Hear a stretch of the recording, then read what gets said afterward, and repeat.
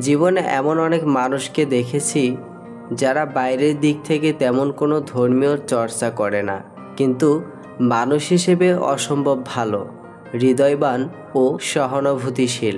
আবার এমন অনেককেই দেখেছি যারা ধর্মকে কঠিনভাবে অনুসরণ করে, পোশাকে চলনে নিজেকে ধার্মিক প্রমাণ করে, অথচ ভেতরে চরিত্রে থাকে বিষ, অহংকার আর ঘৃণা।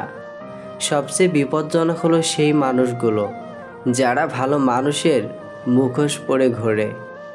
ওরা মুখে খুব সুন্দর কথা বলে, সহজে মানুষের বিশ্বাস কেড়ে নেয়, কিন্তু বাস্তবে না আছে কোনো চরিত্র, না আছে ন্যায্যতা, আর না আছে নীতি। সাফল্য কখনোই চূড়ান্ত নয়, ব্যর্থতা কখনোই মারাত্মক নয়, এগিয়ে যাওয়ার সাহসটাই আসল। নিজেকে কখনো খারাপ ভেবো না, কারণ বদনাম করার জন্য প্রতিবেশী, আত্মীয় স্বজন, বন্ধুবান্ধব সবাই আছে। অন্যের কাছে মূল্যহীন হয়ে যাওয়ার আগে মূল্য নিয়ে ফিরে আসুন। ভেতরে সাময়িক যন্ত্রণা হলেও এটা অনেক সম্মানের। জীবন হলো পেন্সিলে আঁকা ছবির নাম, যার কোনো অংশ বাদ দিয়ে মুছে ফেলা যায় না। শুধু সেই মানুষটিকেই বিশ্বাস করো যে তোমার হাসির পেছনে দুঃখ, আর রাগের পেছনে ভালোবাসা, এবং তোমার নীরবতার পেছনের কারণ বুঝতে পারে। ঝগড়া নয়, কখনো কখনো চুপ থেকেও নিজের গুরুত্ব বুঝিয়ে দিতে হয়। দোলনা যতটুকু পেছনে যায়, ঠিক ততটুকুই আবার সামনে আসে। কাউকে তোমার মূল্য বুঝিয়ে দিতে অনেক সময় কাছে আসার জন্য হলেও কিছুটা দূরে সরে যেতে হয়।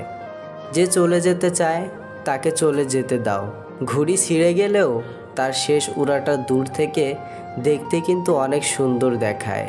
যে তোমার অনুভূতির মূল্য দেয় না, সে তোমাকে ভালোবাসতে পারে না।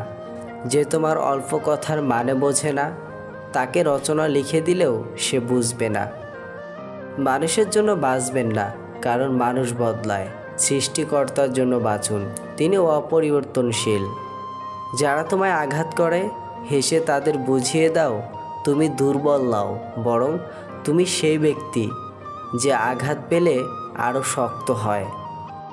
যার পরিবারের সাপোর্ট করার মতো কেউ থাকে না, সেই বোঝে পৃথিবীতে মাথা উঁচু করে দাঁড়ানোর সংগ্রামটা কতটা কঠিন।